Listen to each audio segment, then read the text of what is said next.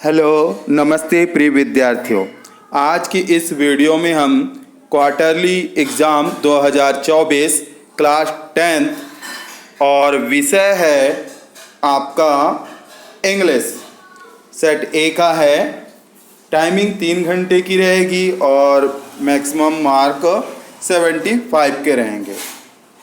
तो चलते हैं, देर ना करते हुए वीडियो स्टार्ट करते हैं। तो यहाँ पर आपका पहला पैसेज है। तो इस पैसेज को देखेंगे। Read the passage carefully and answer the question given below. 10th May dawned, यहाँ पर dawned होगा, DAWNED, dawned bright and clear for the past few days, and I had been pleasantly blessed by dignitaries and world leaders। पिछले कुछ दिनों से 10 मई का मौसम साफ और चमकीला रहा और मुझे गणमान्य व्यक्तियों और विश्व नेताओं ने खुशी से घेर लिया। Who were coming pay their respects before the inauguration. The inauguration would be the largest gathering ever of international leaders on South African soil। जो उद्घाटन से पहले अपना सम्मान देने आए थे, उद्घाटन दक्षिण अफ्रीकी धरती पर अंतर्राष्ट्रीय नेताओं का अब तक का सबसे बड़ा जमावड़ा होगा। The ceremonies took place in the lovely and stones amphitheaters formed by the Union Building is Pretoria। समारोह पिटोरिया में यूनियन बिल्डिंग द्वारा बनाए गए सुंदर एडस्टोन एम्पी थिएटर में हुआ। अब इसके क्वेश्चन देख लें। What is the opposite of dawn. Dawn है, यहाँ डाउन लिखा हुआ है, डॉन है वो DAWN, डॉन है DAWN है। ए हो जाएगा, ये यहाँ पर ए हो जाएगा। तो इसका अपोजिट बताना है, विलोम शब्द बताइए। भोर का विपरीत क्या है? तो यहां पर डस्क हो जाएगा, DUSK, डस्क। डस्क यानी आपकी गोधूली बेला। अगला क्वेश्चन है आपका, what was the significance of 10th May.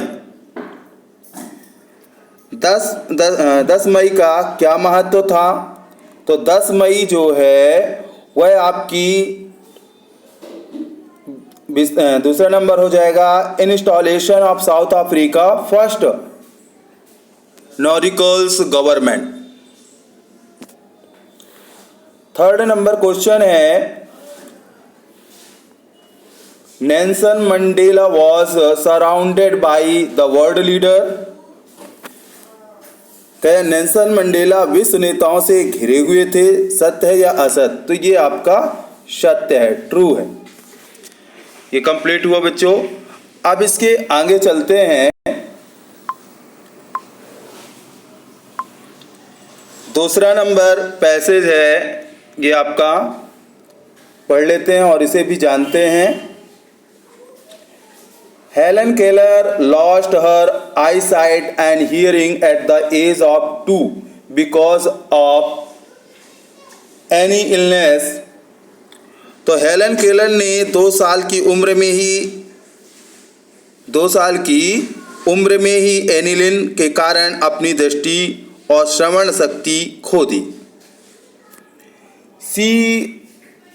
She became deaf. She also the ability to speak, for we learn to speak by imitating what we hear। वह बहरी हो गई, उसने बोलने की क्षमता भी खो दी क्योंकि हम जो सुनते हैं उसकी नकल करके बोलना सीखते हैं। At first it seems impossible that she would ever understand others or be understood by them। पहले तो यह असंभव लगता था कि वह कभी दूसरों को समझ पाएगी या उनके द्वारा समझी जा सकेगी। Yours was thus a lonely world। इस प्रकार उसकी दुनिया एकाकी थी।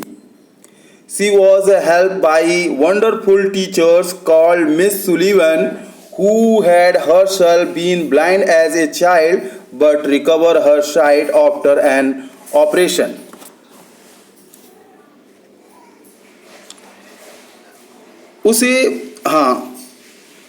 उसे मिस सुलीवन नाम की एक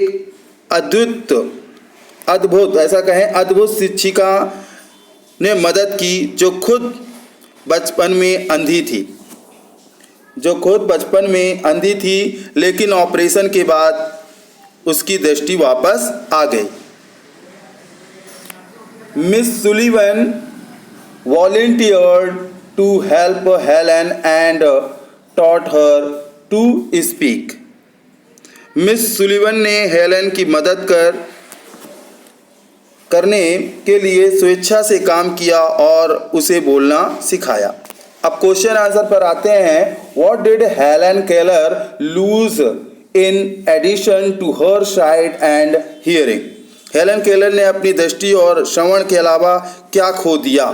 तो उसने बोलने की क्षमता खो दी थी, ability to speak.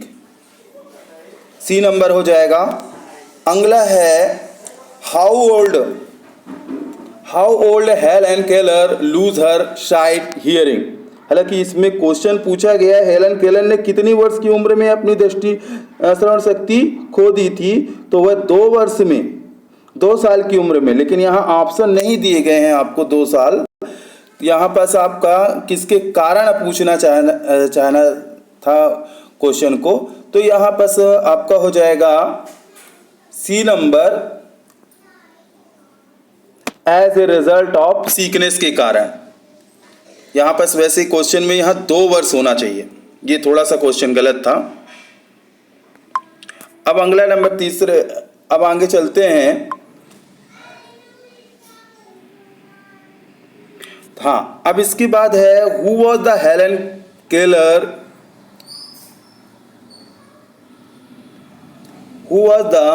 Keller dedicated teacher who help learn to speak, read and right.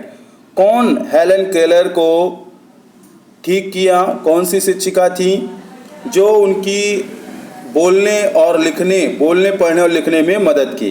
तो वह थी आपकी मिस सुलीवन थी। Which word is the passage means one who is unable to see। कौन सा शब्द पैसेज में आया है, पठित गद्यांश में आया है, जिसका मतलब ये होता है जो देखने में असक्षम हो, जो देख नहीं सकता हो, तो उसे हम कहेंगे ब्लाइंड। वो हो जाएगा ब्लाइंड। अब इसके बाद आगे चलते हैं। अगले नंबर क्वेश्चन में है राइट। बोला गया है write an article on importance of trees with the help of the नेरबल्स इनपुट प्रोवाइडेड। अब यहाँ इनपुट तो प्रोवाइड किया नहीं गया है, लेकिन आपको आर्टिकल लिखना है इम्पोर्टेंस ऑफ ट्रीज पर। तो इम्पोर्टेंस ऑफ ट्रीज पर देख लेते हैं।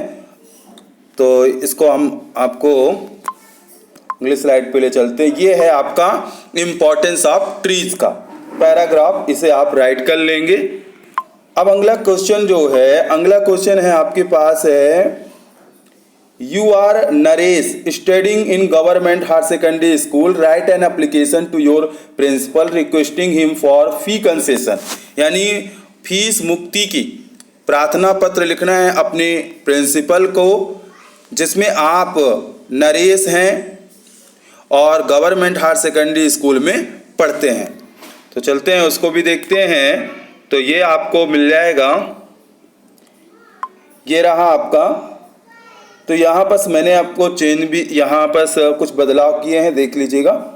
तो यहाँ पर स्कूल का नाम government HS school, higher secondary school Ujjain डालिए, आप सतना डालिए, जो भी लिखना है। और सब्जेक्ट रिगार्डिंग फी कंसेशन, और बाकी आपको सब लिख देना है। लास्ट में आपका नेम नरेश लिखना है, नेम जो लिखना है वो नरेश लिखना है।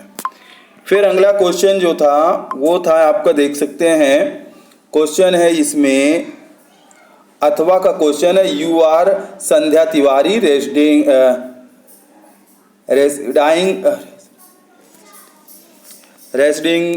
एट 550 आदर्श नगर सीहोर, राइट a letter to your friend Deepak Verma or inviting him to attend your younger brother birthday party. छोटे भाई की शादी, छोटे भाई की बर्थडे पार्टी पर अपने दोस्त को दीपक वर्मा को आमंत्रित करना है। और आप संध्या तिवारी हैं, रेसिडिंग एट 520 पे आप आदर्श नगर में सीहोर में रहते हैं। तो इसे भी देख लें आप कैसे लिखेंगे। तो इसके लिए ये रहा है आपका, ये सब देख सकते हैं आसानी से आप, ये क्रम से आपको मिल जाएगा। तो देखिए ये आप पहले एड्रेस 520 आदर्श नगर सीहोर MP, डेट डाल दीजिएगा जो भी डेट डालना है। और यहाँ पर फ्रेंड को क्या लिखना था, दीपक वर्मा। तो डियर फ्रेंड भी लिख सकते हैं, डियर या डियर प्रिय भी लिख सकते हैं, और डियर फ्रेंड दीपक वर्मा लिख सकते हैं, बाकी पूरा। अब यहाँ पर थोड़ा सा चेंजेस करना था, जैसे यहाँ पर आई एम सेलिब्रेटिंग, तो यहाँ पर जो डॉट लिखा हुआ है, यहाँ पर खाली जगह छोड़ी है, वो आपको लिखना है यंगर ब्रदर। क्या लिखना है, यंगर ब्रदर। फिर वही लिख देना है बर्थडे नेक्स्ट संडे ऑन 16 दिसंबर, जो भी डेट डालना है, please come in day earlier. तो ये आप लिख देंगे, ठीक है। अब आगे चलते हैं। और यहाँ पर हाँ एक चीज़ का और विशेष ध्यान दीजिएगा कि यहाँ आपको जो है लास्ट में आपको नाम क्या लिखना है, संध्या तिवारी लिखना है। नाम संध्या तिवारी लिखना होगा, क्योंकि पेपर में दिया गया है संध्या तिवारी, तो संध्या तिवारी लिखेंगे। और इस बात का ज़रूर ध्यान रखें, यहाँ पर आप इसे ज़रूर आप यहाँ पर लिख लें, younger brother, I am celebrating younger brother birthday next Sunday. अब आगे चलते हैं। तो ये आपके मैंने यहाँ पर के सारे क्वेश्चन बता दिए, दूसरा, तीसरा और तीसरे का अथवा। देख सकते हैं ये दूसरा हो गया, इसके बाद ये आपका तीसरा हो गया, और इसके बाद यह अथवा हो गया। अगर स्पीड हो तो आप रोक कर देख सकते हैं। अब इसके बाद आते हैं एसे पर। तो एसे देखें, यहाँ पर लिखा है written essay on any one of the following topics in 150 words. 150 शब्दों में लिखना है। An importance of games and sports, science in our daily life, environment, pollution और इम्पोर्टेंस ऑफ फेस्टिवल। तो किसी एक पर लिखना है, हमने 2-3 के दे दिए हैं। और इसके बाद the basic of the picture given below describe your school and its importance important for student in about 75 words में लिखना है इस चित्र के आधार पर। पहले ऐसे पर चलते हैं, important of games and sports का देखते हैं। तो ये देख लीजिए, आपको ऐसे मिल जाएगा। ये ऐसे रहा है आपका, इम्पोर्टेंस ऑफ गेम्स का है, value of games and sports का है, एक क्रिकेट मैच कहते हैं, any interesting match seen by you और माय फेवरेट गेम का है। तो आपको यही सब लिखना है, इसी को लिखना है। फिर और भी देख लें। और इसके बाद जो है हमने आपको दे रखा है वंडर ऑफ साइंस का। वंडर ऑफ साइंस का जो बच्चे ना लिखे हों तो लिख सकते हैं। वंडर ऑफ साइंस का आए तो यही लिखना है, science in our daily life आए तो यही लिखना है, science is a good servant but a bad master आए तो यही लिखना है, साइंस ए बून और ए कर्स आए तो यही लिखना है, साइंस शब्द आए तो यही लिखना है, ठीक है। और भी एक ऐसे हमने दे रखा है, तो ये देख लीजिए, ये आपको ऐसे हमने दे रखा है फेस्टिवल का। तो देखिए एन इंडियन फेस्टिवल बोले तो यही लिखना है, फेस्टिवल ऑफ लाइट्स दिवाली बोले तो यही लिखना है, the festival you like most तो यही लिखना है, इसे आप लिख लेंगे। ये आपको पूरा यहाँ पर थोड़ा सा और आगे बढ़ाकर ये देख लीजिए, इसमें आपको ये पूरा कंक्लूजन तक दिया हुआ है। तो इस तरह आपका ऐसे हो गया। अब इसके बाद आपको चित्र पे चलते हैं। ये चित्र बोला गया है, इस चित्र पर लिखना है आपको कम से कम 75 शब्दों में, तो वो देख लें। तो ये देखिए चित्र, डोंट कट ट्रीज, वो पेड़ पर है तो पेड़ के बारे में लिखना है कि हमें पेड़ नहीं काटने चाहिए, इस पर आपको लिखना है। तो आप लिख सकते हैं, और भी अच्छा लिख सकते हैं। ये मैंने आपको जनरल सी लाइनें दे रखी है, इसे आप लिख सकते हैं। इसके बाद आते हैं आपका सेक्शन सी में। सेक्शन सी में आते हैं, तो सेक्शन सी में आपको ग्रामर है, fill in the blanks. Section C में आपकी ग्रामर है, फिल इन द ब्लैंक्स है। तो देखिए फिल इन द ब्लैंक्स कैसे आप और समझते हुए, तो fill in the blanks choosing the correct words any 5, यानी 5 तो करना है। हम आपको यहाँ पूरे बताएंगे और यहाँ 5 दिए भी हैं, ठीक है। जनरल से 6 देते हैं और 5 करने को, लेकिन यहाँ 5 ही दिए हैं। अब देखिए यहाँ द प्रिंसिपल गेव खालिस्तान चाइल्ड डे प्राइज, प्रिंसिपल ने बच्चों को इनाम दिया। ईच और एवरी, ऑप्शन है ईच और एवरी। जब एक एक को कोई चीज दी जाती है तो उसमें लगता है ईच, जब एक एक को, क्योंकि इनाम एक एक को देंगे, ठीक है ना, तो एक एक करके आएंगे तो ईच लगेगा। नेक्स्ट है आपका दूसरा है he is Offred Khalistan the dog. तो फियर आए, जब भी आपका ये शब्द आए, जैसे ऑफ्रेड है, फियर है, तो उसके लिए आपका ऑफ लगता है। क्या लग जाएगा? ऑफ लग जाएगा। थोड़ा सा ध्यान रखेंगे, ऑफ लगेगा, ठीक है। फिर तीसरे नंबर में है ही इज सीनियर खालिस्तान मी। तो जब भी आपका ये शब्द आए सीनियर, जूनियर, इन्फीरियर, तब आपका क्या लगता है? टू लगता है, तब आपका टू लगता है, ठीक है। कंपैरेटिव डिग्री में टू लगता है, और वैसे अगर सामान्य में आए तो देन लगेगा। तो यहाँ पर सीनियर, जूनियर, इन्फीरियर आए तो टू लगेगा। इसके बाद है आपका Ram is good Khalistan mathematics. Ram जो है मैथमेटिक्स में अच्छा है, तो यहाँ पर आपका इन लगेगा, यहाँ पर आपका इन लगेगा, ठीक है ना, क्योंकि छोटे स्थानों में एट लगता है।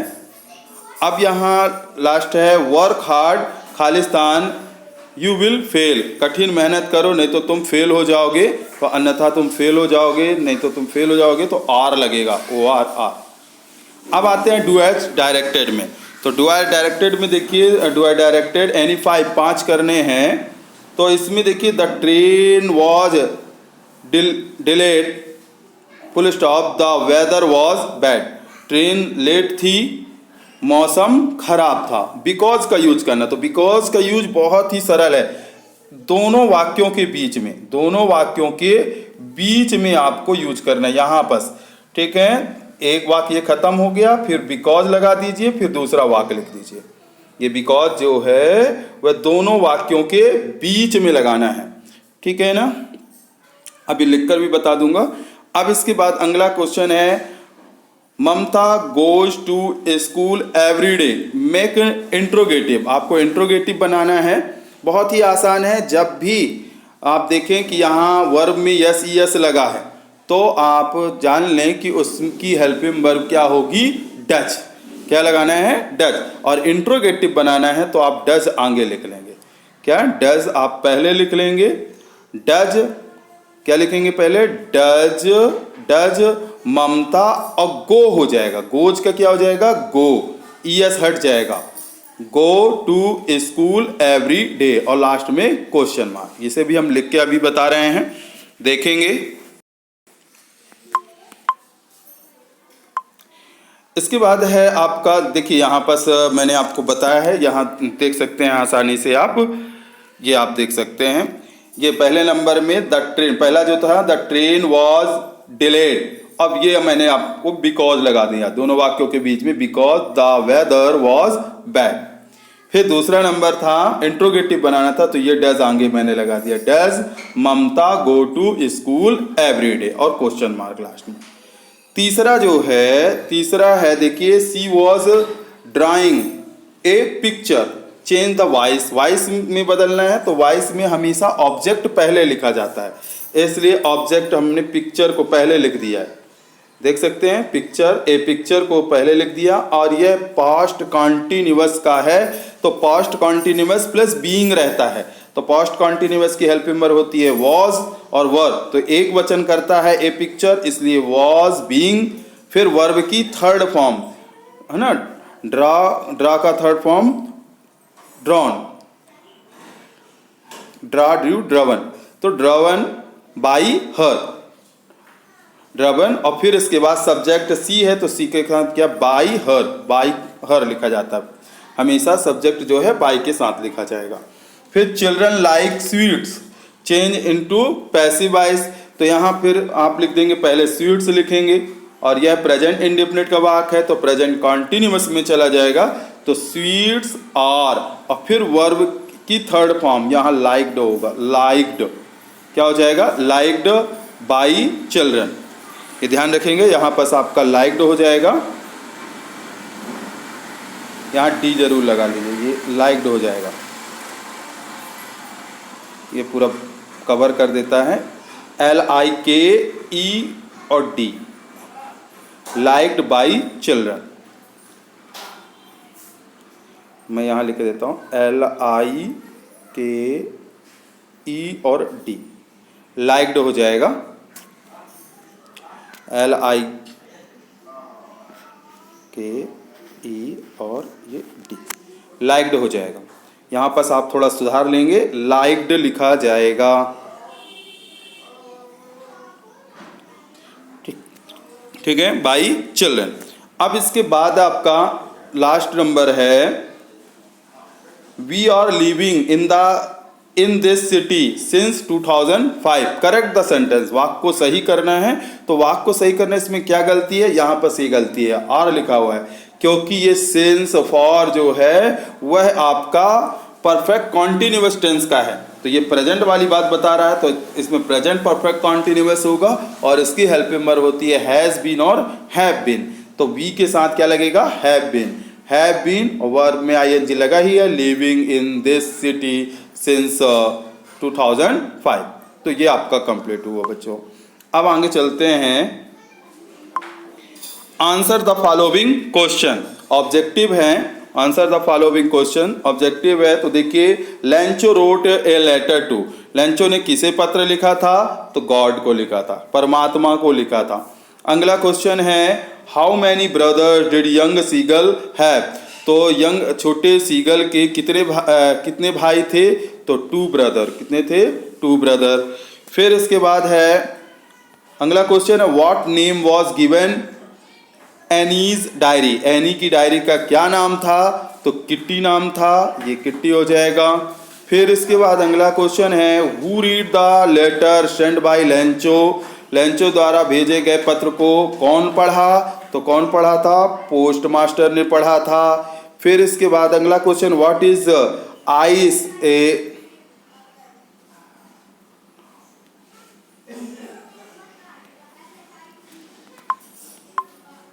अगला क्वेश्चन है आपका, what is ice a symbol of, तो आइस किसका प्रतीक चिन्ह है, तो हेट्रेड का है, किसका, नफरत का है, हेट्रेड का है। तो Lencho wrote a letter, God है, तो हाउ मैनी ब्रदर्स 2 है, और एट द एसेंट है किटी है, और who read the letter postmaster है, और इसका what is the symbol of hatred. अब आगे देखें, अगले नंबर से क्वेश्चन आंसर है, तो आंसर द, तो what did Lencho hope for, तो इसके आंसर आपको पूरे क्रम से यहाँ से मैंने आपको दे रखे हैं, तो ये आप देख सकते हैं, इसके आंसर जैसे हैं आपका, एक सीरियल से हमने क्वेश्चन का आंसर देना का प्रयास किया है। तो ये देखें, पहला नंबर ये है। तो आंसर फर्स्ट है ये आपका, इसी से मैं लिख देता हूँ तो आपको समझ में आ जाए कहाँ पर इसका क्या आंसर है। तो ये है आंसर आपका फर्स्ट। ये first, what did Lencho hope for.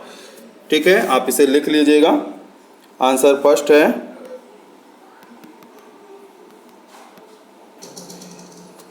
फिर इसके बाद दूसरा है, तो why did Lencho said the rain drops were like a new coins. तो ये है इसका आंसर, यहाँ से है, ये आप देख सकते हैं, Lencho said that rain drops.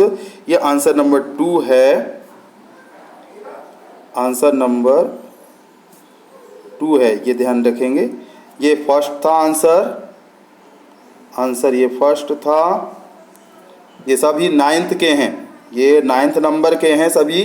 ठीक है, पहला और दूसरा। अब इसके बाद चलते हैं, इसे आप लिख लें ताकि आपको दिक्कत ना हो, इसलिए मैं मिटा देता हूं, आप लिख सकते हैं। अब आगे चलें, अब तीसरे नंबर क्वेश्चन पे चलते हैं। तो तीसरा नंबर क्वेश्चन जो है ये रहा तीसरा question, who read the letter. तो पोस्ट मास्टर, केवल पोस्ट मास्टर भी लिख देंगे तो आपका सही हो जाएगा। Postmaster read the letter, बस ज़्यादा लिखने की कोई जरूरत नहीं है। ये आपका आंसर हो गया थर्ड, ये आपका आंसर थर्ड है, ये थर्ड नंबर आंसर है। और ये आंसर इसके बाद है in the poem of dust. अगला क्वेश्चन है what is a dust of snow. तो ये चौथा नंबर हो गया क्वेश्चन का आंसर, आंसर नंबर 4th हो गया, ये 4th ये है। ठीक है, what is a dust of snow. फिर इसके बाद आते हैं, चौथा हो गया, 5वें नंबर पे चलते हैं। तो ये 5वां है, what does courage mean to Mandela. तो ये इसका करेज मीन मंडेला, तो ये आंसर नंबर आपका 5वां का है। और फिर इसके बाद है 6वां number, which does he think is natural to love or to hated. तो इसका आंसर ये है आपका, ये यहाँ से फॉर मंडेला से है, ये आंसर नंबर 6 है, यहाँ 6 है। अब 7वें नंबर पे चलते हैं। तो 7वें नंबर पे है ये, Why does the poet say I would not trade to him। तो ये आपका 7वां नंबर है आंसर, आंसर नंबर 7 है, ये पूरा आंसर नंबर 7 है, ये आंसर नंबर 7 है, देख लीजिएगा, ये आंसर नंबर 7 है पूरा। ठीक है ना, तो ये आप पास करके लिख सकते हैं, आराम से रोक कर लिख सकते हैं। आप 10वें नंबर क्वेश्चन पे चलते हैं। 10वें का पहला, right the central idea of the poem fire and ice. तो 10वें का पहला जो है ये रहा, 10वें का पहला, ये 10वें का पहला है, 10वें का ये पहला आंसर है, 10th का पहला है। ठीक है ना, the poem fire and ice का सेंट्रल आइडिया, इसे आप लिख लें। और इसके बाद आते हैं, how did Mandela understanding of freedom change with age and experience. तो ये रहा, an grieve order of freedoms raise his family, ये दूसरा नंबर आंसर हो गया, ये आपका दूसरा नंबर आंसर, आंसर नंबर 10वें का दूसरा, 10वें का दूसरा, हाउ डिड मंडेला अंडरस्टैंडिंग वाले का। तो फैमिली ऑफ फ्रीडम और livelihood started dominating his thoughts. तो ये आपके हो गए, आपके सभी आंसर हो गए 10वें तक के। अब 11वें नंबर में है आपका पोयम है। तो ये पोयम है, ज़्यादा मैं इस पर एक्सप्लेन नहीं करूँगा। और इसके देखते हैं सीधे ऑब्जेक्टिव देखते हैं, क्योंकि बहुत बड़ी वीडियो हुई जा रही है। इसके ऑब्जेक्टिव देख लें। तो इसके ऑब्जेक्टिव, पहले क्वेश्चन है इसका, क्वेश्चन ये है, देखें थोड़ा क्वेश्चन देखें, which sound is the poet listen to, कौन सी आवाज़ कवि सुनता है, तो कौन सी आवाज़ सुनता है ये देख लीजिए क्वेश्चन में। तो ये साउंड ऑफ रेन, इस पोएम का क्या है, साउंड ऑफ रेन है, साउंड ऑफ रेन।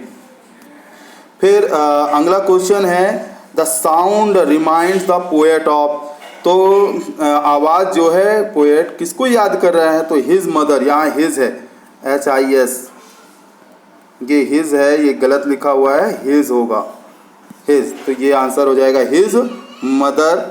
फिर इसके बाद अगला क्वेश्चन कहा गया है कि अगला क्वेश्चन है आपका, which word is the in the extract means the abilities to remember things, कौन सा शब्द ऐसा है जिसका मतलब है याद करने की चीज़ों से, तो रिगार्ड है, उसमें क्या है आपका रिगार्ड है, ये आंसर लिखा हुआ है रिगार्ड। अब देखिए